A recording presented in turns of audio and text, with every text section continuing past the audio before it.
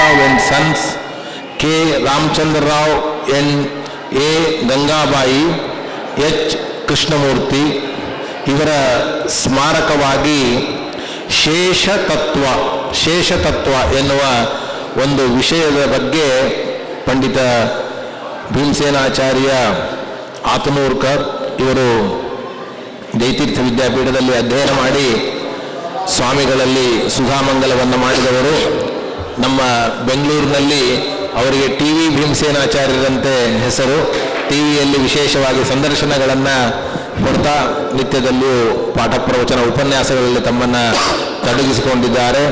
ಅವರು ಸಮಯದ ಪರಿಪಾಲನೆಯನ್ನು ಮಾಡುತ್ತಾರೆ. ಭ್ಯೋ ನಮಃ ಹರಿ ಓಂ. ಕಲತ್ರಂ ಕಮಲಾಯಸ್ಯ ಪುತ್ರಃ ಕಮಲಸಂಭವಃ ಶಿವಾದ್ಯಾ ಸೇವಕಾಸ್ತಸ್ಮೈ ನಮೋ ವಿಶ್ವಕುಟುಂಬಿನೇ ಆಪಾದಮೌಲಿಪರ್ಯಂತಂ ಗುರುಣಾಮಾಕೃತಿಂ ಸ್ಮರೇತ್ ತೇನ ವಿಘ್ನಾಃ ಪ್ರಣಶ್ಯಂತಿ ಸಿದ್ಧ್ಯಂತಿ ಚ ಮನೋರಥಾಃ. ಯೈರಹಂ ಶುಕವತ್ ಸಮ್ಯಕ್ ಶಿಕ್ಷಿತೋಸ್ಮಿ ಕೃಪಾಲುಭಿಃ ಶ್ರೀಮತ್ಸತ್ಯಾತ್ಮತೀರ್ಥಾರ್ಯಾನ್ ವಂದೇ ವಿದ್ಯಾಗುರುನ್ ಮಮ. ಸ್ವಸ್ತ್ಯಸ್ತು ಸತಾಮಖಿಲ ಸನ್ಮಂಗಲಾನಿ ಭವಂತು. ಶ್ರೀ ಗುರುಭ್ಯೋ ನಮಃ ಹರಿ ಓಂ. ಪೂಜ್ಯ ಅಧ್ಯಕ್ಷರಾದ ಕಟ್ಟಿ ಆಚಾರ್ಯರಿಗೆ ಭಕ್ತಿಪೂರ್ವಕವಾದ ನಮಸ್ಕಾರವನ್ನು ತಿಳಿಸ್ತಾ, ಮುಂದಿರುವ ಎಲ್ಲ ವಿದ್ವಾಂಸರಿಗೂ ಭಕ್ತಿಯಿಂದ ಪ್ರಣಾಮವನ್ನು ಸಮರ್ಪಣೆ ಮಾಡುತ್ತಾ, ಈ ಹೊರಗಡೆ ಜಗತ್ತಿನಲ್ಲಿ ಟಿವಿಯಲ್ಲಿ ಅನೇಕ ರಿಯಾಲಿಟಿ ಶೋಗಳಾಗ್ತಾ ಇರುತ್ತವೆ. ಅಲ್ಲಿ ಒಂದೊಂದು ಟಾಸ್ಕ್ ಕೊಡೋದು ಅಂತ. ಹಾಗೆ ಆಚಾರ್ಯರು ನನಗೆ ಈ 1 ಗಂಟೆ ಹಿಂದೆ ಒಂದು ಟಾಸ್ಕ್ ಕೊಟ್ಟರು. ನನ್ನ ಪ್ರವಚನ ಏನಿರಲಿಲ್ಲ, ಒಬ್ಬ ವಿದ್ವಾಂಸರು ಬಂದಿಲ್ಲ, ಈ ವಿಷಯ ಮಾತಾಡಬೇಕು ಅಂತ, ಶೇಷದೇವರ ಬಗ್ಗೆ ಮಾತಾಡಬೇಕು ಅಂತ ಆಚಾರ್ಯ ಹೇಳಿದರು. ಗುರುಗಳ ಅನುಗ್ರಹದಿಂದ ನನಗೆ ತೋರಿದ 1-2 ವಿಚಾರವನ್ನು ಈ ಕೊಟ್ಟ ಟಾಸ್ಕ್ ಅನ್ನು ಪೂರ್ಣ ಮಾಡೋದಕ್ಕೆ ಪ್ರಯತ್ನ ಮಾಡ್ತೇನೆ. ಶೇಷದೇವರು ಅಂದ ಕ್ಷಣಕ್ಕೇನೆ ಸಾಮಾನ್ಯ ಎಲ್ಲ ಹೊರಗಿನ ಜನ ತಿಳಿಯೋದಕ್ಕಿಂತಲೂ ಹೆದರೋದೇ ಬಹಳ. ಶೇಷ ಅಂದ್ರೆ ಬುಸ್ ಅಂತ ಹೇಳಿ ಗಾಬರಿ ಆಗೋದೇ ಬಹಳ. ಆದರೆ ನಿಜವಾಗಲೂ ನಮ್ಮೆಲ್ಲರ ಮೂಲ ಗುರುಗಳು ಶ್ರೀ ಆನಂದ ತೀರ್ಥ ಭಗವತ್ಪಾದಾಚಾರ್ಯರು ತಮ್ಮ ಸರ್ವಮೂಲ ಗ್ರಂಥಗಳಲ್ಲಿ ಶೇಷದೇವರ ಬಗ್ಗೆ ತಿಳಿಸಿದ ವಿಚಾರ ನೋಡಿದರೆ ಮೈ ರೋಮಾಂಚನ ಆಗುತ್ತದೆ, ಬಹಳ ಆಶ್ಚರ್ಯವಾಗುತ್ತದೆ. ಮುಖ್ಯವಾಗಿ ನಾವೆಲ್ಲ ಜೀವರು ಬದುಕಿರೋದು ಆ ಶೇಷನಿಂದ ಅಂತ ಅರ್ಥ ಮಾಡಿಕೊಳ್ಬೇಕು. ಜೀವಾಭಿಮಾನಿ ಅಂತ ಕರೀತಾರೆ ಶೇಷದೇವರನ್ನ. ಸಾಮಾನ್ಯವಾಗಿ ಶೇಷ ಅಂದ್ರೆ ಏನು? ಉಳಿದದ್ದು. ಶೇಷ ಅಂದ್ರೆ ಉಳಿದದ್ದು, ಈ ಪಿತೃಶೇಷ ಅಲ್ಲ. ಇದು ಶೇಷದೇವರ ದಿವ್ಯ ಮಹಿಮೆ. ಶೇಷ ಅಂದ್ರೆ ಉಳಿದದ್ದು. ಏನು ಉಳಿದದ್ದು? ಜಗತ್ತಿನಲ್ಲಿ ಇರೋರೆಲ್ಲ ಅದು ದೇವರದೇ. ಏನೇ ಉಳಿದಿದ್ದರೂ ಅದು ದೇವರಿಂದಲೇ ಉಳಿದಿದೆ, ದೇವರಿಂದಲೇ ರಕ್ಷಿತವಾಗಿದೆ. ಈ ತತ್ವವನ್ನು ತಿಳಿಸುವ ದೇವತೆನೇ ಶೇಷ ಅಂತ ನಾವು ಚಿಂತನೆ ಮಾಡಬೇಕು. ಆ ಶ್ರೀಹರಿಯ ಮುಖ್ಯ ಅಂಗರು ಅದು ಶೇಷರು ಅಂತ ನಾವು ತಿಳಿದಾಗ, ಮತ್ತು ಯಾವುದೇ ಒಬ್ಬ ವ್ಯಕ್ತಿಯನ್ನ ನಾವು ನೋಡಬೇಕಾದ್ರೆ ಅವರ ಮಹಿಮೆಯನ್ನ, ಅವರ ವ್ಯಕ್ತಿತ್ವವನ್ನು, ಅವರ ಮಹತ್ವವನ್ನು ತಿಳಿಯಬೇಕಾದ್ರೆ ಜ್ಞಾನ, ಭಕ್ತಿ, ವೈರಾಗ್ಯ 3ರಿಂದ ತಿಳಿಯಬೇಕು. ಆಚಾರ್ಯ ಶಾಸ್ತ್ರ ಹೇಳ್ತಾರೆ, ಈ ವ್ಯಕ್ತಿ ದೊಡ್ಡವನು ಅಂದ್ರೆ ಇವನ ಜ್ಞಾನ ಹೇಗಿದೆ, ಇವನು ಮಾಡುವ ದೇವರ ಭಕ್ತಿ ಹೇಗಿದೆ, ಇವನ ವೈರಾಗ್ಯ ಹೇಗಿದೆ, ಅದನ್ನು ಚಿಂತನೆ ಮಾಡಬೇಕಲ್ವಾ. ಶೇಷದೇವರನ್ನು ನೋಡಿದರೆ ಎಂತಹ ಜ್ಞಾನ, ಆಶ್ಚರ್ಯ ಆಗುತ್ತದೆ. ಅನಾದಿ ಅನಂತ ಕಾಲದಿಂದ ಆ ಭಗವಂತನನ್ನು ನೋಡ್ತಾರೆ, ತಿಳಿಯುತ್ತಾರೆ. ಹೇಳ್ತಾರಲ್ಲ, 1000 ಹೆಡೆಗಳ ದೇವರನ್ನ ಹೊಗಳುತ್ತಾರೆ, ಚಿಂತನೆ ಮಾಡ್ತಾರೆ ಅಂತ ನಾವು ತಿಳಿದಾಗ ಶೇಷದೇವರ ಜ್ಞಾನದ ಬಗ್ಗೆ ಮುಖ್ಯವಾಗಿ ಶೇಷೋ ವ್ಯಾಖ್ಯಾನ ಗೋಚರ ಅಂತ ಹೇಳಿದ್ದುಂಟು. ಪೌರುಷೇಯ ಗ್ರಂಥಗಳಿಗೆ ಅಭಿಮಾನಿಗಳು ಇವತ್ತು ನಾವೇನೇ ಶಾಸ್ತ್ರಗಳನ್ನು ಪುರಾಣಗಳನ್ನು ಶ್ರವಣ ಮಾಡ್ತೇವೆ ಅಂದರೆ ಅದಕ್ಕೆ ಶೇಷದೇವರ ಅನುಗ್ರಹ ಬೇಕು. ಯಾವುದೇ ಒಂದು ಪಾಠ ಪ್ರವಚನ, ಯಾವುದೇ ಒಬ್ಬ ಸಣ್ಣ ಮಕ್ಕಳನ್ನು ಹಿಡಿದುಕೊಂಡು ದೊಡ್ಡ ದೊಡ್ಡ ವಿದ್ವಾಂಸರು ಯಾರೇ ಏನೇ ಪಾಠ ಪ್ರವಚನ ಮಾಡಲಿ ಅದು ಶೇಷನ ಅನುಗ್ರಹ ಇದ್ದರೆ ಮಾತ್ರ ಸಾಧ್ಯ. ಅದನ್ನು ನಾವು ಸರಿಯಾಗಿ ತಿಳಿಯಬೇಕು. ಮುಖ್ಯವಾಗಿ ಆ ಶೇಷನಲ್ಲಿ ನಾವು ಪ್ರಾರ್ಥನೆ ಮಾಡೋದೇ ಅದು. ಆ ಭಗವಂತನ ದಿವ್ಯವಾದ ಮಹಿಮೆಯನ್ನು ಶ್ರವಣ ಮಾಡುವ ಭಾಗ್ಯ ಕೊಡಿ, ನಿರಂತರವಾಗಿ ಶಾಸ್ತ್ರಗ್ರಂಥಗಳ ಪಾಠ ಪ್ರವಚನ ಮಾಡುವ ಸೌಭಾಗ್ಯ ಕೊಡಿ. ಇದನ್ನು ಶೇಷನಲ್ಲಿ ಪ್ರಾರ್ಥನೆ ಮಾಡಬೇಕು ಅಂತ ತಿಳಿಸಿಕೊಟ್ಟಿದ್ದಾರೆ. ಆದ್ದರಿಂದ ಆ ಶೇಷನ ಜ್ಞಾನ ಅಂತ ನಾ ಹೇಳೋದಲ್ಲ. ಈ ನೋಡಿ, ಒಬ್ಬೊಬ್ಬರಿಗೆ ಅಪರೋಕ್ಷ ಜ್ಞಾನ, ಅಪರೋಕ್ಷ ಜ್ಞಾನ. ಶಾಸ್ತ್ರದಲ್ಲಿ ಅಪರೋಕ್ಷ ಜ್ಞಾನ ಅಂತ ಶಬ್ದಗಳು ಬಹಳ ಸಲ ಬರುತ್ತದೆ. ಪುರಾಣಗಳಲ್ಲಿ ಆಚಾರ್ಯ ಹೇಳ್ತಾರೆ, ಏನು ಅಪರೋಕ್ಷ ಜ್ಞಾನ? ಪುರಾಣಗಳಿಂದ ಶಾಸ್ತ್ರಗಳಿಂದ ದೇವರ ಮಹಿಮೆಯನ್ನು ಕೇಳ್ತೇವೆ, ತಿಳಿಯುತ್ತೇವೆ, ಇದು ಪರೋಕ್ಷ ಜ್ಞಾನ. ಅಪರೋಕ್ಷ ಜ್ಞಾನ ಅಂದ್ರೆ ಸಾಕ್ಷಾತ್ತಾಗಿ ಭಗವಂತನನ್ನು ನೋಡೋದು, ಆ ಸಚ್ಚಿದಾನಂದ ಮೂರ್ತಿಯ ಸಾಕ್ಷಾತ್ಕಾರ, ಆ ಭಗವಂತನ ದರ್ಶನ, ಅದನ್ನು ಅಪರೋಕ್ಷ ಜ್ಞಾನ ಅಂತ ಕರೀತಾರೆ. ಆದರೆ ಶೇಷನ ಭಾಗ್ಯ ಎಂತಹದ್ದು, ನಾವೆಲ್ಲ ಕೇಳ್ತೇವೆ, ಅದು ಭಗವಂತನ ಹಾಸಿಗೆ ಅಂತ. ಶೃಂಗಾರವಾಗಿರುವುದು ಶ್ರೀಹರಿಯ ಮಂಚ, ದಾಸರೊಂದು ಹೇಳಿದ್ದುಂಟು. ಹಾಗೆ ದೇವರ ಹಾಸಿಗೆಯಾಗಿ ಪ್ರತಿನಿತ್ಯ ಭಗವಂತನ ಅಪರೋಕ್ಷ ಜ್ಞಾನ ಅಂದ್ರೆ ಏನು? ಪ್ರತಿನಿತ್ಯ ದೇವರ ಸಾಕ್ಷಾತ್ಕಾರ, ದೇವರನ್ನು ನೋಡ್ತಾರೆ, ತಿಳಿಯುತ್ತಾರೆ. ಭಗವಂತನ ದರ್ಶನ ಭಾಗ್ಯ, ಸ್ಪರ್ಶನ ಭಾಗ್ಯ ಎರಡನ್ನೂ ನಿರಂತರ ಪಡೆದ ದೇವತೆ ಅಂದ್ರೆ ಅದು ಶೇಷ ಅಂತ ನಾವು ಚಿಂತನೆ ಮಾಡಿದಾಗ ಎಂತಹ ದೊಡ್ಡ ಭಾಗ್ಯ, ಎಂತಹ ಸ್ಥಾನ. ಕೆಲವರಿಗೆ ಅವಾಗವಾಗ ದೇವರ ದರ್ಶನ ಆಗ್ತಿರ್ತದೆ, ಕೆಲವರಿಗೆ ಬರೇ ದೇವರ ಶಬ್ದ ಕೇಳಿಸ್ತದೆ ಅಂತ ಕೇಳ್ತೇವೆ ನಾವು. ಆದರೆ ನಿರಂತರವಾಗಿ ದೇವರನ್ನು ನೋಡುವ, ಆ ದೇವರ ಸ್ಪರ್ಶ ಹೊಂದಿದ ಅದ್ಭುತ ದೇವತೆ ಅದು ಶೇಷದೇವರು ಅಂತ ತಿಳಿದಾಗ ಅವರ ಜ್ಞಾನ, ಅವರ ಮಹತ್ವ ಅಪಾರವಾದ. ಅವರ ಜ್ಞಾನ ಅದು ಎಷ್ಟು ಹೇಳಿದರೂ ಕಡಿಮೆ. ಮತ್ತು ಅವರಿಗಿರುವ ಆ ಭಗವಂತನ ಮೇಲೆ ಆ ಭಕ್ತಿ ಎಂತಹ ನಿಶ್ಚಲವಾದ ಭಕ್ತಿ, ಅದು ಮೂಲ ರೂಪದಲ್ಲಿ ಸರಿ, ಅವತಾರ ಮಾಡಿದಾಗಲೂ ಸರಿ, ಲಕ್ಷ್ಮಣ ಬಲರಾಮ ದೇವರಾಗಿ ಅವತಾರ ಮಾಡಿದಾಗಲೂ ಯಾವ ರೀತಿ ಭಗವಂತನಲ್ಲಿ ಭಕ್ತಿ ಮಾಡಿದ್ದಾರೆ ನಾವು ನೋಡ್ತೇವೆ. ಹೆಚ್ಚಿನ ವಿವರ ಹೇಳಲಿಕ್ಕೆ ಹೋಗೋದಿಲ್ಲ, ಸಮಯ ಮುಗಿಯುತ್ತದೆ. ಕೆಲವು ಹೆಡ್ಲೈನ್ಸ್ ಮಾತ್ರ ತಿಳಿಯುವ ಪ್ರಯತ್ನ ಮಾಡೋಣ ಅಷ್ಟೇ. ಆದ್ದರಿಂದ ಏನು ಅದ್ಭುತವಾದ ಭಕ್ತಿ. ಮತ್ತು ಶೇಷ ತತ್ವದ ಬಗ್ಗೆ ಆಚಾರ್ಯ ಹೇಳುವಾಗ ಸರ್ವಮೂಲ ಗ್ರಂಥಗಳಲ್ಲಿ ರುದ್ರದೇವರಿಗೆ ಮೋಕ್ಷ ಆಗಬೇಕಾದ್ರೆ ಶೇಷದೇವರಾಗಿ ಮೋಕ್ಷ ಪಡೆಯಬೇಕು ಅಂತ. ಹಿಂದಿನ ಕಲ್ಪದ ರುದ್ರದೇವರೇ ಈ ಬ್ರಹ್ಮಕಲ್ಪದಲ್ಲಿ ಶೇಷದೇವರು. ಅಂದ್ರೆ 41ನೇ ಬ್ರಹ್ಮದೇವರಿದ್ದಾಗ ಈ ಶೇಷದೇವರಿಗೆ ಮೋಕ್ಷವಾಗುತ್ತದೆ ಅಂತ ಆಚಾರ್ಯರು ತಿಳಿಸಿಕೊಡ್ತಾರೆ. ಹಾಗೆ ಆ ಶೇಷನ ಬಗ್ಗೆ ನಾವು ತಿಳಿಯುವಾಗ ನೋಡಿ, ನಮ್ಮ ಮನೋಭಿಮಾನಿಗಳು ರುದ್ರದೇವರಿಗೂ ಮೋಕ್ಷ ಆಗಬೇಕಂದ್ರೆ ಶೇಷದೇವರಾಗಿ ಮೋಕ್ಷ ಆಗಬೇಕು ಅಂದ್ರೆ ಶೇಷ ಪದವಿ ಅಂತೇನೆ ಅದು ಪ್ರತ್ಯೇಕವಾಗಿ ಪ್ರಸಿದ್ಧವಾಗಿರೋದು. ರುದ್ರದೇವರು ಶೇಷ ಪದವಿಗೆ ಬರ್ತಾರೆ ಅಂತ ನಾವೆಲ್ಲ ಅಂದ್ರೆ ಕೇಳ್ತೇವೆ. ಹಾಗೆ ಆ ಶೇಷನ ಮಹತ್ವ ಎಷ್ಟು ಅದ್ಭುತ ಅಂತ ನಾವು ತಿಳಿಯುತ್ತಾ, ಜೊತೆಗೆ ಶೇಷದೇವರ ವೈರಾಗ್ಯ ಅದು ಎಷ್ಟು ಹೇಳಿದರೂ ಕಡಿಮೆನೆ. ಲಕ್ಷ್ಮಣನಾದಾಗ ನೀವು ಕೇಳಿದ್ದೀರಿ ಶೇಷದೇವರ ವೈರಾಗ್ಯ. 14 ವರ್ಷಗಳ ಕಾಲ ಕಣ್ಣಿನ ರೆಪ್ಪೆಯನ್ನು ಬಡಿಯದೇನೆ ಸೀತಾರಾಮರ ಸೇವೆ ಮಾಡಿದ್ದಾರೆ. ಇದರ ಜೊತೆಗೆ ಎಂಥ ವೈರಾಗ್ಯ. ಒಂದು ಮಾತು ಬರ್ತದೆ ರಾಮಾಯಣದಲ್ಲಿ, ನಾವು ಕೇಳ್ತೇವೆ, ಅಣ್ಣನ ಹೆಂಡತಿ ಸೀತಾಮಾತೆಯರನ್ನ ಸಾಕ್ಷಾತ್ ಲಕ್ಷ್ಮಿಯ ಅವತಾರರು ನಾವು ಸುಭಾಷಿತದಲ್ಲಿ ಹೇಳುವಾಗ ಪ್ರವಚನಗಳಲ್ಲಿ ಹೇಳ್ತೇವೆ, ಜ್ಯೇಷ್ಠ ಪತ್ನಿ ತಥೈವಚ, ಅಣ್ಣನ ಹೆಂಡತಿ ತಾಯಿಯ ಸಮಾನ. ಸಾಮಾನ್ಯ ಇದು ನಾವು ಹೇಳ್ತಿರ್ತೇವೆ. ಅದು ನಿಜವಾಗಲೂ ಅಣ್ಣನ ಹೆಂಡತಿಯಲ್ಲಿ ಅಷ್ಟು ಮಾತೃಭಕ್ತಿಯನ್ನ, ಆ ಸೀತೆಯಲ್ಲಿ ಮಾತೃಭಕ್ತಿಯನ್ನು ಮಾಡಿದ ಮಹಾನುಭಾವರು ಅದು ಶೇಷದೇವರು ಲಕ್ಷ್ಮಣನಾದಾಗ. ಸೀತೆಯ ಆ ಸೀತಾಕೃತಿಯ ಅಪಹರಣ ಆದಾಗ ಈ ಒಂದು ಸಂದರ್ಭ ಬರ್ತದೋ ಇಲ್ಲೋ, ಹಂಪಿಯ ಹತ್ತಿರ ಅಂತ ಹೇಳ್ತಾರೆ.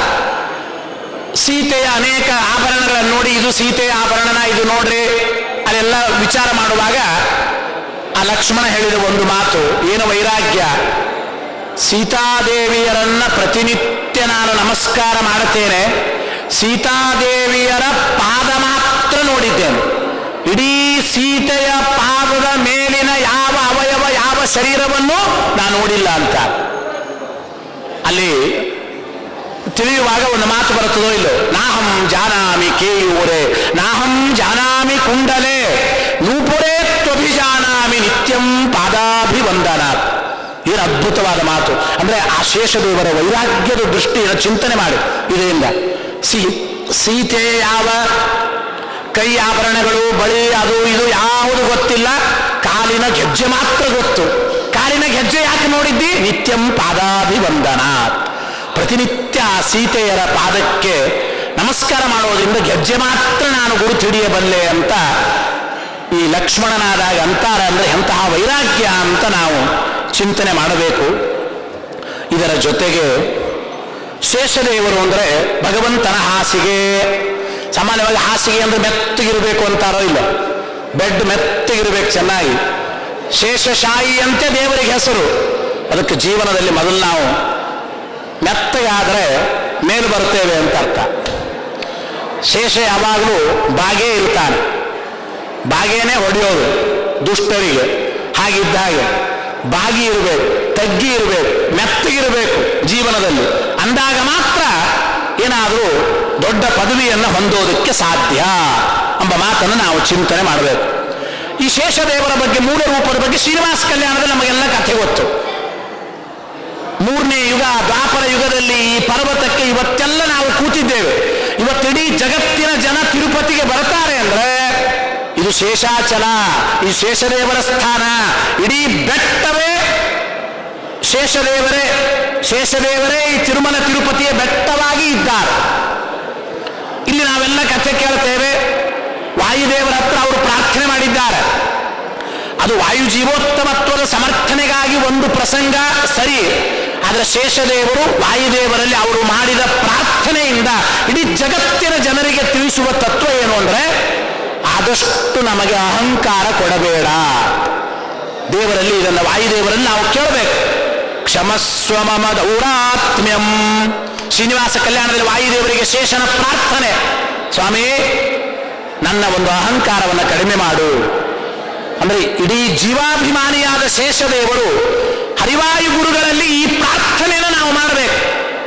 ಸ್ವಕ್ಕಿಗೆದ್ದು ಇದ್ದ ವಿದ್ಯೆಯು ಮುಚ್ಚಿ ಹೋಗಿ ಯಾವ ಸಾಧನೆ ಇಲ್ಲದೇನೆ ಅಧಪಾತಕ್ಕೆ ಹೋಗುವ ಪ್ರಸಂಗವೇ ಬಹಳ ಈಗಿನ ಕಾಲಕ್ಕೆ. ಅದಕ್ಕೆ ಕ್ಷಮಸ್ವ ಮಮ ದೌರಾತ್ಮ್ಯಂ. ಶೇಷದೇವರು ಕೇಳಿದ ಮಾತಿದು, ಪ್ರಾರ್ಥನೆ ಮಾಡಿದ ಮಾತು ವಾಯುದೇವರಲ್ಲಿ. ಆ ವಾಯುದೇವರಲ್ಲಿ ಭಗವಂತನಲ್ಲಿ ಪ್ರತಿಕ್ಷಣ ನಾವು ಈ ಪ್ರಾರ್ಥನೆ ಮಾಡಬೇಕು. ಶೇಷದೇವರ ಅನುಗ್ರಹದಿಂದ ನಮ್ಮ ಯೋಗ್ಯತೆಗೆ ತಕ್ಕಂತೆ ಅಹಂಕಾರ ನಾಶವಾಗಿ ಕಿಂಚಿತ್ತಾದರೂ ಆ ದೇವರ ಬಗ್ಗೆ ಜ್ಞಾನ ಮೂಡಲಿ. ಶಾಸ್ತ್ರಜ್ಞಾನವಾಗಬೇಕಾದ್ರೆ ಆ ಶೇಷನ ಅನುಗ್ರಹ ಬೇಕು. ಅದಕ್ಕಾಗಿ ನಾವು ಚಿಂತನೆ ಮಾಡಬೇಕು ಅಂತ ತಿಳಿಯಬೇಕು. ಇದರ ಜೊತೆಗೆ ಶೇಷದೇವರ ಒಂದು ಪ್ರಸಿದ್ಧವಾದ ಮಹಿಮೆ ನಿಮಗೆ ಗೊತ್ತು. 14 ಲೋಕಗಳಿಂದ ಕೂಡಿದ ಇಡೀ ಬ್ರಹ್ಮಾಂಡ ಶೇಷನ ತಲೆಯ ಮೇಲೆ ಸರ್ಷಪಾಯತೆ. ಕೇವಲ ಒಂದು ಸಾಸಿವೆ ಕಾಳಿನಷ್ಟದರಿ ವೇಟೇ ಇಲ್ಲ. 14 ಲೋಕಗಳಿಂದ ಕೂಡಿದ ಇಡೀ ಬ್ರಹ್ಮಾಂಡ ಶೇಷನ ತಲೆಯ ಮೇಲೆ ಒಂದು ಸಾಸಿವೆ ಕಾಳಿನಷ್ಟು ಇದೆ ಅಂದ್ರೆ ಅದಕ್ಕೆ ಅರ್ಥ ಏನು? ಇಷ್ಟು ದೊಡ್ಡ ಬ್ರಹ್ಮಾಂಡವನ್ನು ಹೊತ್ತುಕೊಂಡರೂ ಅವರ ಸಾಮರ್ಥ್ಯ, ಶೇಷದೇವರ ದಿವ್ಯವಾದ ಅದ್ಭುತ ಸಾಮರ್ಥ್ಯ ಒಂದು ವಿಚಾರ. ಆದರೆ ಎಷ್ಟೇ ತಲೆಯ ಮೇಲೆ ಭಾರ ಇದ್ದರೂ ನೀವು ಆತಂಕಕ್ಕೆ ಒಳಗಾಗಬೇಡಿ, ಟೆನ್ಷನ್ ಪಡಬೇಡಿ, ಟೆನ್ಷನ್ ತಗೋಬೇಡಿ ಅಂತ. ಏನೋ ಅಲ್ಪ ಸ್ವಲ್ಪ ಏನೋ ಸಣ್ಣ ಪುಟ್ಟ ಕೆಲಸ ಇದ್ರೆ ಅಯ್ಯೋ ತಲೆ ಬಿಸಿ, ಏನ್ ಟೆನ್ಷನ್. ಇಡೀ ಬ್ರಹ್ಮಾಂಡವನ್ನು ತಲೆಯ ಮೇಲೆ ಹೊತ್ತಿದ್ದಾರೆ ಶೇಷದೇವರು. ಅವ್ರಿಗೆ ಟೆನ್ಷನ್ ಇಲ್ಲ. ಎಷ್ಟು ವಿಚಿತ್ರ ಗೊತ್ತಾ? ನಾವೆಲ್ಲ ದೇವರ ಪೂಜೆ ಮಾಡುವಾಗ ಏನೋ ಒಂದು ಶೇಷ, ಒಂದು ಬೆಳ್ಳಿ ನಾಗ, ಶೇಷ ಇಟ್ಕೊಂಡಿರ್ತೇವೆ ಪೂಜಾ. ಅದು ಪೂಜೆಗೆ ಟೈಮ್ ಆಗಿರುತ್ತೆ, ಪಟಕ್ ಅಂತ ಹೇಳಿ ಒಂದು ಸೌಟು ನೀರು ಹಾಕಿ ಒಂದು ಗಂಧಾಕ್ಷಂತೆ ಉಗ್ಗಿ ಏನೋ ಶೇಷ ಪೂಜೆ ಮುಗಿಸ್ಬಿಡ್ತೇವೆ. ನೋಡಿ, ಶೇಷ ಪೂಜೆಗೆ ನಾವು ಗಡಿಬಿಡಿ ಮಾಡ್ತೇವೆ, ಆದ್ರೆ ಶೇಷ ದೇವರೇ ಗಡಿಬಿಡಿ ಮಾಡಿಬಿಟ್ರೆ, ಗೋವಿಂದ ಸ್ವಲ್ಪ ತಲೆ ಅಳ್ಳಾಡಿಸ್ಬಿಟ್ರೆ ಇಡೀ ಬ್ರಹ್ಮಾಂಡವೇ ಬಿದ್ದು ಹೋಗುತ್ತದೆ. ಅಂದ್ರೆ ನಾವು ಜಗತ್ತಿನ ಜನ ಎಚ್ಚರಿಕೆಯಿಂದ ತಿಳಿಯಬೇಕು. ನಮ್ಮನ್ನೆಲ್ಲ ಇಡೀ ಬ್ರಹ್ಮಾಂಡವನ್ನೇ ಧಾರಣೆ ಮಾಡಿದ ಶೇಷದೇವರು ಅವರು ಗಡಿಬಿಡಿ ಮಾಡದೇನೆ ಕಾರುಣ್ಯದಿಂದ ಅನುಗ್ರಹ ಪೂರ್ವಕವಾಗಿ ನಮ್ಮನ್ನೆಲ್ಲ ಧಾರಣೆ ಮಾಡಿ ರಕ್ಷಣೆ ಮಾಡ್ತಾ ಇದ್ದಾರೆ. ಒಂದು ನಿಮಿಷವಾದರೂ ಆ ಶೇಷನ ಮಹತ್ವವನ್ನು ಚಿಂತನೆ ಮಾಡ್ತಾ ಶೇಷನ ಮೇಲೆ ನೀರು ಹಾಕಿ ಪೂಜೆ ಮಾಡುವಾಗ ಗಂಧಾಕ್ಷತೆಯನ್ನು ಹಚ್ಚಿ ಶ್ರೀಹರಿಯ ಮುಖ್ಯ ಅಂಗಭೂತ ಅದು ಶೇಷದೇವರು, ವಾಯುದೇವರ ನಂತರ ಅಂತ ನಾವು ಚಿಂತನೆ ಮಾಡಬೇಕು. ಎಷ್ಟೇ ಸಂಸಾರದ ತಲೆ ಬಿಸಿ, ಎಷ್ಟೇ ತಲೆಯ ಮೇಲೆ ಭಾರ ಇದ್ದರೂ ಶೇಷನ ಸ್ಮರಣೆ ಮಾಡಿ ಟೆನ್ಷನ್ ಆಗೋದಿಲ್ಲ ಅಂತ ಆ ಒಂದು ತತ್ವವನ್ನು ನಾವು ಅವಶ್ಯವಾಗಿ ಚಿಂತನೆ ಮಾಡಬಹುದು ಅಂತ ತಿಳಿಯಬೇಕು. ಏನು ಆಚಾರ್ಯ ಹೇಳಿದ್ದಾರೆ, ತತ್ಪಾದ ಪಂಕಜ ಮಹಾಸನ ತಾಮವಾಪ ಶರ್ವಾದಿ ವಂದ್ಯ ಚರಣೋ ಯದಪಾಂಗಲೇಶಂ. ದೇವರ ಹಾಸಿಗೆಯಾಗುವ ಆ ಭಾಗ್ಯ ಪಡೆದವರು ಅಂದ್ರೆ ಇದು ಅಂದ್ರೆ ನಾವು ಆಧ್ಯಾತ್ಮಿಕವಾಗಿ ಚಿಂತನೆ ಮಾಡ್ತಾ ಇದ್ರೆ ದೇವರ ಸೌಭಾಗ್ಯ ಅಂದ್ರೆ ದೇವರು ಕೊಟ್ಟ ಅನುಗ್ರಹದ ಚಿಂತನೆ ಮಾಡ್ತಾ ಇದ್ರೆ ಬಹಳ ದೊಡ್ಡದಿದೆ ಆ ಶೇಷದೇವರ ಅಂದ್ರೆ ಅವರ ಸೌಭಾಗ್ಯ ಅಂತ ನಾವು ಅಂದ್ರೆ ತಿಳಿಯಬೇಕು. ಇದರ ಜೊತೆಗೆ ಶೇಷದೇವರು ನಾನು ಪ್ರತಿನಿತ್ಯ ದೇವರ ಅಪರೋಕ್ಷ ಜ್ಞಾನ ದೇವರನ್ನು ನೋಡ್ತಾರೆ. ನಾವೆಲ್ಲ ನಮ್ಮೊಳಗಿದ್ದ ಅಂತರ್ಯಾಮಿಯ ಬಿಂಬರೂಪದ ದರ್ಶನ ಅಂತ ಕರೀತೇವೆ. ಶೇಷದೇವರು ದೇವರನ್ನ ದರ್ಶನ ಮಾಡೋದು ಅಂದ್ರೆ ಇಡೀ ಬ್ರಹ್ಮಾಂಡದ ಒಳಗೆ ಹೊರಗೆ ಇದ್ದ ಆ ದೇವರನ್ನ ಪ್ರತಿಕ್ಷಣ ದರ್ಶನ ಮಾಡ್ತಾರೆ ಅಂತ ಹೇಳ್ತಾರೆ. ಏನು ಭಾಗ್ಯ ಇದು! ಎಂತಹ ದೊಡ್ಡದಾದ ಅದ್ಭುತವಾದ ಆ ಪ್ರತಿಕ್ಷಣ ದೇವರನ್ನ ನೋಡುವ ಮಹಿಮೆ. ಆ ದೇವರನ್ನ ಹೊತ್ತವರು ಈ ತಿರುಮಲ ಕ್ಷೇತ್ರದಲ್ಲಿ ಇದ್ದು ಅಲ್ಲಿ ಹೇಳ್ತಾರಲ್ಲ, ತಿರುಮಲ ಕ್ಷೇತ್ರ ಶೇಷದೇವರ ಮುಖ, ಅಹೋಬಲ ಶೇಷದೇವರ ಮಧ್ಯಭಾಗ, ಶ್ರೀಶೈಲ ಪುಚ್ಛಭಾಗ ಅಂತ ಹೇಳ್ತಾರೆ. ಅಂದ್ರೆ ಈ ಮೂರು ಕ್ಷೇತ್ರಗಳೇ ಇಡೀ ಶೇಷದೇವರ ಶರೀರ. ಅಂದ್ರೆ ಎಂತಹ ಶಕ್ತಿ, ಆ ಸಾಮರ್ಥ್ಯ, ಭಗವಂತನ ಅನುಗ್ರಹ, ಭಗವಂತನ ಸೇವಾ ಭಾಗ್ಯ ಒಂದೊಂದು ಅಂಶದಲ್ಲಿ ನಾವು ಚಿಂತನೆ ಮಾಡ್ತಾ ಹೋದರೂ ಅದು ಅಪಾರ ಇದೆ, ಬಹಳ ಅದ್ಭುತವಾದದ್ದು ಅಂತ ನಾವು ಚಿಂತನೆ ಮಾಡಬೇಕು. ಇದರ ಜೊತೆಗೆ ಲಕ್ಷ್ಮಣನಾದಾಗ ಅಂದರೆ ವಿಶೇಷವಾಗಿ ವಾಯುದೇವರ ಅನುಗ್ರಹ ಪಡೆದದ್ದು ನಾವು ಕಥೆಯಲ್ಲಿ ಕೇಳ್ತೇವೆ.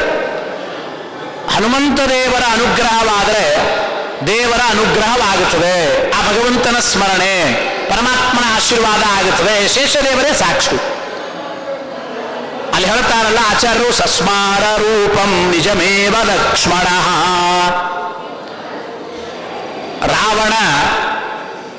ರಾವಣನ ಪೆಟ್ಟಿನಿಂದ ಬಾಣಿನಿಂದ ಮೂರ್ಛೆ ಹೋಗಿ ಬಿದ್ದಾಗ ಲಕ್ಷ್ಮಣ ಹನುಮಂತ ದೇವರು ಅವರ ಅಮೃತಮಯವಾದ ಕೈಯಿಂದ ಮುಟ್ಟಿದರೆ ಅವರು ಇಡೀ ನಿಜರೂಪದ ಸ್ಮರಣೆ ಆಯಿತಂತೆ. ಅಂದರೆ ಶೇಷದೇವರ ಮಹಿಮೆ ಚಿಂತನೆ ಮಾಡಿ, ಕೈಲಾಸ ಎತ್ತಿದ ರಾವಣನಿಗೆ ಈ ಶೇಷಾವತಾರಿ ಲಕ್ಷ್ಮಣನನ್ನ ಆಮೇಲೆ ಎತ್ತಲಿಕ್ಕಾಗಲಿಲ್ಲ. ಯಾಕೆ?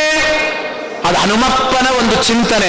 ಅಂದ್ರೆ ಹನುಮಪ್ಪನ ಅನುಗ್ರಹ, ಹನುಮಂತ ಜ್ಞಾಪಿಸಿದ ನಿನ್ನ ಮೂಲ ರೂಪ ಸ್ಮರಣೆ ಮಾಡು, ಮುಗಿದೋಯ್ತು. ಆ ರಾವಣನಿಗೂ ಎತ್ತಲಿಕ್ಕಾಗಿಲ್ಲ ಲಕ್ಷ್ಮಣನನ್ನ ಅಂತಂದ್ರೆ ಅಂತಹ ಅದ್ಭುತವಾದ ಶಕ್ತಿ ಸಾಮರ್ಥ್ಯ ಆ ಶೇಷನಿಗಿದೆ ಅಂತ ನಾವು ಚಿಂತನೆ ಮಾಡಬಹುದು. ಇದರ ಜೊತೆಗೆ ಬಲರಾಮರ ದೇವರಾದಾಗ ಅಲ್ಲೆಲ್ಲ ಹೇಳಿದ್ದಾರೆ,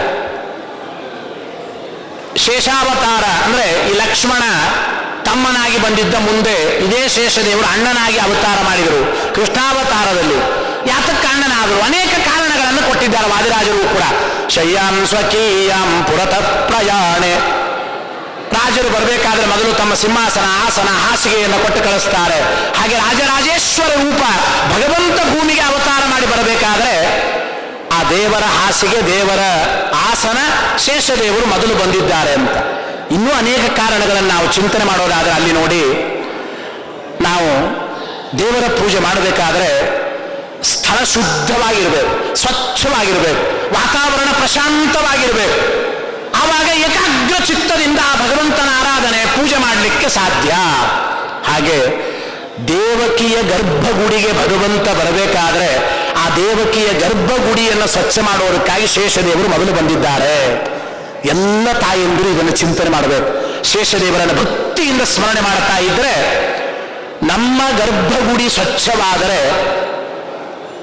ಆ ಭಗವಂತನ ಸನ್ನಿಧಾನ ಭೂತ ಮಕ್ಕಳು, ಗಂಡು ಮಕ್ಕಳು ನಮ್ಮಲ್ಲಿ ಹುಟ್ಟಿ ಬರ್ತಾರೆ. ಅಂದ್ರೆ ಪರಿಸರ ಶುದ್ಧವಾದಾಗ ಭಗವಂತನ ಸನ್ನಿಧಾನ ಹೆಚ್ಚು. ಹಾಗೆ ಈ ಪರಿಸರ ಶುದ್ಧವಾಗಬೇಕು, ಗರ್ಭಗುಡಿ ಶುದ್ಧವಾಗಬೇಕು. ಅದಕ್ಕಾಗಿ ಶೇಷದೇವರು ಮೊದಲು 3 ತಿಂಗಳ ಕಾಲ ದೇವಕಿಯ ಗರ್ಭದಲ್ಲಿ ಇದ್ದಾರೆ ಅಂತ ನಾವು ಕೇಳ್ತೇವೆ. ಹಾಗೆ ಆ ಶೇಷದೇವರನ್ನ ಸ್ಮರಣೆ ಮಾಡುವ ವಿಚಾರ ಬೇಕಾದಷ್ಟು ಇದೆ. ಇದರ ಜೊತೆಗೆ ಶೇಷ ಅಂದ್ರೆ ವೇದವ್ಯಾಸರು ಆರಂಭಕ್ಕೆ ಸ್ಮರಣೆ ಮಾಡಿದ್ದಾರೆ. ನಾವೆಲ್ಲ ನರರು, ನಾಳಿದ್ರೆ ಶೇಷ ಅಂದ್ರೆ ಜೀವಾಭಿಮಾನಿ. ಎಲ್ಲ ನರರಿಗೆ ಆ ಶೇಷನ ಅನುಗ್ರಹವಾದರೆ ಮಾತ್ರ ಪಾಠ ಪ್ರವಚನ ಮಾರ್ಗದಲ್ಲಿ ಹೋಗೋದಕ್ಕೆ ಸಾಧ್ಯ. ಅಲ್ಲಿ ಹೇಳುವಾಗ ನಾರಾಯಣಂ ನಮಸ್ಕೃತ್ಯ ನರಂಚೈವ ನರೋತ್ತಮಂ. ನರ ನರ ಅಂದ್ರೆ ಯಾರು? ಈ ಶೇಷನೇ ನರ. ಹಾಗೆ ಆ ನರನ ಅನುಗ್ರಹ ಇದ್ರೆ ಎಲ್ಲ ನರರು ಸುಖವಾಗಿ ನಾವಿರಬಹುದು ಎಂಬ ಸಂದೇಶವನ್ನ ಅಲ್ಲಿ ತಿಳಿಸ್ತಾರೆ. ಇದರ ಜೊತೆಗೆ ಶೇಷದೇವರ ಬಗ್ಗೆ ತಿಳಿಯುವಾಗ ಇನ್ನೊಂದು ಮಾತು, ಬಲರಾಮದೇವರಾದಾಗ ರೇವತಿ ಬಲರಾಮದೇವರ ವಿವಾಹ. ಸಾಮಾನ್ಯವಾಗಿ ಹೊರಗಿನ ಜನರಿಗೆ ಪ್ರಶ್ನೆ ಬರೋದು ಅಂದ್ರೆ ರೇವತಿ ಕೃತಯುಗದವರು, ಬಲರಾಮದೇವರು ದ್ವಾಪರ ಯುಗದವರು. ಈ ಮದುವೆ ಆಗುವ ಹುಡುಗಿನೇ ದೊಡ್ಡಕ್ಕಾಗಿಬಿಟ್ಟಲ್ರಿ, ಹುಡುಗ ಸಣ್ಣವನಾಗಿಬಿಟ್ಟ. ರೇವತಿ ಕೃತಯುಗದವಳು, ಬಲರಾಮದೇವರು ದ್ವಾಪರ ಯುಗ. ಇದು ಹೇಗೆ ಸರಿ ಹೋಗುತ್ತದೆ? ಮೊದಲು ಶಾಸ್ತ್ರೀಯವಾಗಿ ಒಂದು ಉತ್ತರ, ಇದು ಕಲಿಯುಗದಲ್ಲಿ ಮನುಷ್ಯರಿಗೆ ಹೇಳಿದ ನಿಯಮ. ಸಾಮಾನ್ಯವಾಗಿ ಹೆಂಡತಿ ಗಂಡನಕ್ಕಿಂತಲೂ 2-3 ವರ್ಷವಾದರೂ ಕನಿಷ್ಠ ಪಕ್ಷ ಚಿಕ್ಕವಳು ಇರಬೇಕು. ಈಗಿನ ಕಾಲಕ್ಕೆ ಕೆಲವರು ದೊಡ್ಡವರನ್ನು ಮಾಡ್ಕೋತಾ ಇದ್ದಾರೆ, ಪಾಪ ಏನೋ ಫ್ಯಾಷನ್ ಆಗಿಬಿಟ್ಟದು ವಿಚಿತ್ರವಾಗಿ. ಆದರೆ ಹಾಗಾದರೆ ಇಲ್ಲಿ ಹೆಂಡತಿನೇ ದೊಡ್ಡವಳ, ದೇವತೆಗಳಿಗೆ ಈ ನಿಯಮ ಇಲ್ಲ. ಯಾತಕ್ಕೆ? ದೇವತೆಗಳು ನಿಯತ ಪತಿಪತ್ನಿಯರು ಅಂತ ಹೇಳಿದ್ದಾರೆ ಆಚಾರ್ಯರು. ಆ ಶೇಷದೇವರ ಹೆಂಡತಿ ನಾವು ಕೇಳುವಾಗ ಅಲ್ಲಿ ವಾರುಣಿ ಕೇಳುತ್ತೇವೋ ಇಲ್ಲ. ಆದ್ದರಿಂದ ಆ ನಿಯತ ಪತಿಪತ್ನಿಯರಲ್ಲಿ ಈ ವಯಸ್ಸಿನ ಅಂತರ ಇದು ಸಂಬಂಧಪಡಲ್ಲ ಒಂದು. ಮತ್ತು ಶೇಷದೇವರ ಮಹಿಮೆ ಅಂತದ್ದು, ಆ ಬಲರಾಮದೇವರ ದಿವ್ಯವಾದ ಮಹಿಮೆ. ಹಾಗಾದರೆ ಕೃತಯುಗದವರು ಆ ರೇವತಿ ದೇವಿ, ಇವು ದ್ವಾಪರಯುಗ. ಪಂಚಾಂಗ ಶ್ರವಣಕ್ಕೆ ಕೃತಯುಗದವರು 28 ಮಳ ಎತ್ತರ ಇರ್ತಾರೆ. ದ್ವಾಪರ ಯುಗದವರು ಇಲ್ಲಿ 14 ಮಳ, ಇದು ಅಂದ್ರೆ 7 ಮಳ. ಕಲಿಯುಗದವರು 3.5 ಮಳ ಅಂತ ಬರ್ಬರ್ತಾ ಅರ್ಧ ಕಡಿಮೆ ಆಗುತ್ತದೆ ಅಂತ ಹೇಳಿದ್ದಾರೆ. ಅವರವರ ಕೈಯಿಂದ ಎಲ್ಲರೂ ಕಲಿಯುಗದಲ್ಲಿ 3.5 ಮಳನೇ. ಹಾಗೆ ದ್ವಾಪರ ಯುಗದಲ್ಲಿ 7 ಮಳ, ರೇವತಿ 28 ಮಳ. ಇವ್ರು ಎಷ್ಟು ದೊಡ್ಡವಳು, ಹೆಂಡತಿ ಮಾತಾಡಿಸ್ಬೇಕಾದ್ರೆ ಹಿಂಗೆ ಮೇಲ್ ಮುಖ ಎತ್ತಬೇಕು, ಅದು ದೂರ. ಅದು ಹೇಗೆ ಸರಿ? ನೇಗಲು ಹಾಕಿ ಹೀಗೆ ಎಳೆದರು ತಮ್ಮ ಭುಜಕ್ಕೆ ಸರಿ ಮಾಡಿಕೊಂಡಿದ್ದಾರೆ ಅಂತ ಕಥೆ ಕೇಳ್ತೇವೆ. ಈ ಶೇಷದೇವರ ಅದ್ಭುತವಾದ ಮಹಿಮೆ, ಅದು ದೇವತಾ ವ್ಯಾಪಾರ. ಹೆಂಡತಿ ದೊಡ್ಡವು ಇದ್ದಾಗ ನಾವು ಯಾವುದೋ ಕೊಡ್ಲಿ ಹಾಕಿ ಎಳಿಬಾರದು, ಅದು ನಮಗಾಗಲ್ಲ. ಆ ಶೇಷದೇವರ ದಿವ್ಯವಾದ ಅದ್ಭುತವಾದ ಮಹಿಮೆ. ಹೆಂಡತಿ ಸ್ವಲ್ಪ ಎತ್ತರ ಇದ್ದಾಳಂತ ನಾವು ಎಳೀಲಿಕ್ಕೆ ಹೋಗಬಾರ್ದು. ಆ ಶೇಷದೇವರ ಮಹಿಮೆ ಇಲ್ಲಿ ಗೊತ್ತಾಗುತ್ತದೆ, ಎಂತ ಅದ್ಭುತ ಅಂತ ಹೇಳಿ. ಅಂದ್ರೆ ಶೇಷದೇವರ ಈ ಎಳೆಯೋ ಕೆಲಸ 2-3 ಸಲ ಆಗಿದೆ. ಹೆಂಡತಿಯನ್ನು ನೇಗಿಲಿನಿಂದ ಎಳೆದದ್ದು ಒಂದು, ಇಡೀ ಹಸ್ತಿನಾವತಿಯನ್ನೇ ಎಳೆದು ತರ್ತೇನೆ ಅಂತ, ಇಡೀ ಯಮುನಾ ನದಿಯನ್ನೇ ಎಳೆಯುತ್ತೇನೆ ಅಂತ. ಅದ್ರ ಇದರ ಅರ್ಥ ಏನು? ಆ ಶೇಷಾವತಾರಿ ಬಲರಾಮದೇವರ ಮಹತ್ವ ತಿಳಿಯುವಾಗ ಈಗೆಲ್ಲ ನಾವೇನಂತೀವಿ ಗೊತ್ತಾ?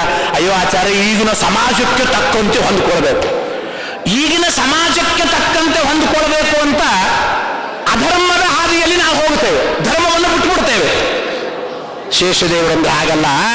ಸಮಾಜದ ಬೆನ್ನಟ್ಟಿ ಓಡಿ ನೀನು ಧರ್ಮ ಬಿಡಬೇಡ, ಆ ಸಮಾಜವೇ ಧರ್ಮದ ಹಾದಿಗೆ ಬರಬೇಕು, ಆ ಸಮಾಜವನ್ನೇ ನಾನು ಎಳೀತೇನೆ ಎಂಬ ಸಂದೇಶ ಆ ಶೇಷನ, ಆ ಬಲರಾಮದೇವರ ಅವತಾರದಿಂದ ನಾವು ಇಲ್ಲಿ ತಿಳಿಯಬಹುದು ಅಂತ ನಾವು ಚಿಂತನೆ ಮಾಡಬೇಕು. ಆದ್ದರಿಂದ ಅನೇಕ ಮಾತುಗಳಿದೆ. ಕೊನೆಯದಾಗಿ ಒಂದು ಸಮಯ ಮುಗೀತಾ ಬಂತು. ಇವತ್ತು ಅಂದ್ರೆ ಶೇಷನ ಬಗ್ಗೆ ನನಗೆ ವಿಷಯ ಕೊಟ್ಟರು. ಅಲ್ಲಿ ಬೋರ್ಡ್ ನೋಡ್ತಾ ಇದ್ದೆ, ಯಾವ ಸಭೆ ಇದು? SMS ಸಭೆ ಅಂತ ಕರೀತೇವೆ. ಶ್ರೀ ಮಧ್ವ ಸಿದ್ಧಾಂತ ಉನ್ನಾಯಿನಿ ಸಭಾ ಅಂತ ಹೆಸರು. ಆ ಹೆಸರಿಗೆ ತಕ್ಕಂತೆ ಈ ರೀತಿ ನಾವು ಶೇಷನ ಬಗ್ಗೆ ಅರ್ಥ ಮಾಡಿಕೊಂಡಾಗ 3 ರೀತಿ ಈ SMSO ಸಭೆಯ ಬಗ್ಗೆ ನಾವು ಚಿಂತನೆಯನ್ನು ಮಾಡಬಹುದು ಅಂತ ತಿಳಿಯಬಹುದು. ಮೊದಲನೇದು SMSO ನೋಡಿ, ಶೇಷನ ಮೇಲೆ ಮಲಗಿದ ಶ್ರೀಶನ ಉನ್ನಾಹದ ಸಭೆ ಇದು. ಶೇಷಶಾಹಿ ಅಂತ ದೇವರಿಗೆ ಕರೀತೇವೋ ಇಲ್ಲ, ಶೇಷನ ಮೇಲೆ ಮಲಗಿದ ಶ್ರೀಶನ ಉನ್ನಾಹದ ಸಭೆ. ಭಗವಂತನೇ ಸರ್ವೋತ್ತಮ, ಆ ಭಗವಂತನ ಸರ್ವೋತ್ತಮತ್ವವನ್ನು ಕೊಂಡಾಡುವ ಇದು ಸಭೆ ಅಂತ ಒಂದಾದ್ರೆ, ಇನ್ನೊಂದು ಅರ್ಥ, ಎರಡನೇ ಅರ್ಥ ಅಲ್ಲಿ ಅಂದ್ರೆ ನಾವು ಚಿಂತನೆ ಮಾಡಬೇಕಾದ್ರೆ ಇದು ಶೇಷಾಚಲ, ಶ್ರೀಶ ಮಲಗಿದ ಶೇಷನ ಉನ್ನಾಹವನ್ನು ಹೇಳುವ ಸಭೆ. ಶೇಷನ ವಿಷಯವನ್ನೇ ಕೊಟ್ಟಿದ್ದಾರೆ, ಶ್ರೀಶ ಮಲಗಿದ ಶೇಷನ ಉನ್ನಾಹವನ್ನು ಹೇಳುವ, ಆ ಶೇಷನ ಮಹತ್ವವನ್ನು ಹೇಳುವ ಸಭೆ ಇದು ಶೇಷಾಚಲದಲ್ಲಿ ಅಂತ ತಿಳಿಯುತ್ತಾ, ಇನ್ನೊಂದು ನಾವೆಲ್ಲ ಕೇಳುವಾಗ ನಮ್ಮೆಲ್ಲರ ಗುರುಗಳು ಶ್ರೀಮದ್ ಟೀಕಾಕೃತ್ಪಾದರು, ಶ್ರೀಮದ್ ಜಯತೀರ್ಥರು, ಶೇಷಾಂಶರು ಅಂತ ಒಂದು ಪ್ರಸಿದ್ಧಿ ಇದೆ. ಆ ಟೀಕಾಕೃತ್ಪಾದರನ್ನು ನಾವು ಚಿಂತನೆ ಮಾಡುವಾಗ ನೋಡಿ, ಶ್ರೀ ಮಳಖೇಡದ ಶೇಷನ ಉನ್ನಾಹವನ್ನು ಹೇಳುವ ಸಭೆ ಅದು SMSO ಸಭೆ ಅಂತೂ ನಾವು ಚಿಂತನೆ ಮಾಡಬಹುದು ಅಂತ ತಿಳಿಯಬಹುದು. ಯಾಕೆ ಶೇಷಾಂಶರು ಅಂತ ಟೀಕಾಕೃತ್ಪಾದರನ್ನ ನಾವು ಹೇಳ್ತೇವೆ. ಅವರ ಬೃಂದಾವನ ಮೇಲೆ ಇನ್ನೂ ಶೇಷನ ಪ್ರತೀಕ ಇದೆ, ಟೀಕಾಕೃತ್ಪಾದ ಬೃಂದಾವನ ಮೇಲೆ ಶೇಷನ ಪ್ರತೀಕ ಇದೆ. ಶ್ರೀ ಮಳಖೇಡದ ಶೇಷನ ಉನ್ನಾಹದ ಸಭೆ, ಆ ಟೀಕಾಕೃತ್ಪಾದರ ದಿವ್ಯವಾದ ಗ್ರಂಥಗಳ ಒಂದು ವಾಕ್ಯಾರ್ಥ ಅನುವಾದ ಕಾರ್ಯಕ್ರಮಗಳು ಇಲ್ಲಿ ನಡೆಯುತ್ತದೆ ಅಂತ ಈ ರೀತಿ ತಿಳಿದಾಗ ಆ ಶೇಷನ ಬಗ್ಗೆ ಬೇಕಾದಷ್ಟಿದೆ ತಿಳಿಯೋದು. ಒಂದೆರಡು ಮಾತನ್ನ ಮಾತ್ರ ನಿಮ್ಮ ಜೊತೆ ಹಂಚಿಕೊಂಡದ್ದು, ಬೇಕಾದಷ್ಟು ತಪ್ಪುಗಳು ಇದೆ, ಆ ಎಲ್ಲ ತಪ್ಪುಗಳು ನನ್ನದು. ಒಂದೆರಡು ಈ ಮಾತುಗಳನ್ನು ಗುರುಗಳ ಪಾದಾರವಿಂದಕ್ಕೆ ಸಮರ್ಪಣೆ ಮಾಡ್ತಾ, ಹರಯೇ ನಮಃ, ಶ್ರೀಕೃಷ್ಣಾರ್ಪಣಮಸ್ತು ಹೇಳಿದರು. ಮೊನ್ನೆ ಬೆಂಗಳೂರಿಗೆ ಬರುವಾಗ ಈ SMSO ಸಭೆ, ಸಾಮಾನ್ಯವಾಗಿ ಕೆಲವು ವಿದ್ವಾಂಸರೆಲ್ಲ ನಾವು ಅಂತೇವೆ, ಏನಾಚಾರ್ಯ 3 ದಿವಸ ಇಲ್ಲಿ ಬಂದು ಏನು ಮಾಡಬೇಕು, ಸಭೆಗೆಲ್ಲ ಬರ್ತಾ ಇದ್ದಾರೆ, ಯಾವ ಅನುಕೂಲತೆ ಇಲ್ಲದೆ ಇದ್ದಾಗ ಅವರು ಬಂದಿದ್ದಾರೆ. ಈಗ ಎಲ್ಲ ಅನುಕೂಲತೆಗಳನ್ನ ಅಧ್ಯಕ್ಷರು ಇಲ್ಲಿ ಎಲ್ಲ ವ್ಯವಸ್ಥಾಪಕರಲ್ಲಿ ಮಾಡಿ ದೇವರ ದರ್ಶನದ ದೊಡ್ಡ ಸೌಭಾಗ್ಯವನ್ನು ಈ ಬಾರಿ ನೀಡಿದ್ದಾರೆ, ಆ ವ್ಯವಸ್ಥೆ ಮಾಡಿದ್ದಾರೆ. ಕೆಲವು ಈಗಿನ ಯುವಕ ವಿದ್ವಾಂಸರು ಹೇಳೋದು ಉಂಟು, ನಾನು ಅದರಲ್ಲಿ ಒಬ್ಬನೇ, ಏನು ಮಾಡೋದು ಆಚಾರ್ಯ, ಸಾಕಾಗೋಯ್ತು 3 ದಿವಸ ಕೂತು ಏನು ಮಾಡಬೇಕು ನಾವು ಅಂತ. ಅದಕ್ಕೆ ಆಚಾರ್ಯ ಒಂದು ಮಾತು ಹೇಳಿದ್ರೆ ನನಗೆ, ಸತ್ಯಪರಾಕ್ರಮ ತೀರ್ಥರ ಕಾಲದಿಂದ ಬಂದ ಈ ಸಭೆ ಎಷ್ಟು ಮಹತ್ವದ್ದು, ಎಷ್ಟು ಪ್ರಾಚೀನ ಸಭೆ. ಅನೇಕ ಜನ ವಿದ್ವಾಂಸರು ಇಲ್ಲಿ ಬಂದು ಅನುವಾದಗಳು, ವಾಕ್ಯಾರ್ಥಗಳು ಬೇಕಾದಷ್ಟು ಆಗಿದೆ. ಎಷ್ಟು ಮಹತ್ವ ಅಂದರೆ ಆಚಾರ್ಯ ಒಂದು ದೃಷ್ಟಾಂತ ಕೊಟ್ಟು ಹೇಳ್ತಾ ಇದ್ರು. ಅದು ಈಗಿನ ಯುವಕ ವಿದ್ವಾಂಸರು, ಎಲ್ಲ ವಿದ್ವಾಂಸರು 3 ದಿನಗಳ ಕಾಲ ಈ ಸಭೆಗೆ ಬರಬೇಕು. ಯಾತಕ್ಕೆ ಬರಬೇಕು ಅಂದರೆ, ಹಿಂದೆ ನಮ್ಮ ಹಿರಿಯ ವಿದ್ವಾಂಸರು KT ಪಾಂಡ್ರಂಗಿಯವರು ಅಂತ ಅವರಿದ್ದು, ಈ ಒಬ್ಬೊಬ್ಬ ವಿದ್ವಾಂಸರ ಒಂದು ಅವರ ಪರಿಚಯವನ್ನು ಹಾಕಿಕೊಳ್ತಾರೆ. MA, PhD, ಮಹಾಮಹೋಪಾಧ್ಯಾಯ, ಅವರ ಪ್ರಶಸ್ತಿಗಳನ್ನೆಲ್ಲ ಹೀಗೆ ಹಾಕಿಕೊಳ್ತಾರೆ. ಅದು KT ಪಾಂಡ್ರಂಗಿಯವರು ಒಂದು ಹಾಕಿಕೊಳ್ತಾ ಇದ್ರಂತ. ಎಲ್ಲ ಪ್ರಶಸ್ತಿ ಜೊತೆಗೆ ಧರ್ಮಾಧಿಕಾರಿಗಳು SMSO ಸಭಾ ಅಂದ್ರೆ ಒಂದು ಪ್ರಶಸ್ತಿ. ಅದು SMSO ಸಭೆಯ ಧರ್ಮಾಧಿಕಾರಿಗಳು ಅಂತಂದ್ರೇನೆ ಅದೊಂದು ಮಹತ್ವ ಅಂತ, ವಿಶೇಷವಾದ ಒಂದು ಮಹತ್ವ ಇದೆ.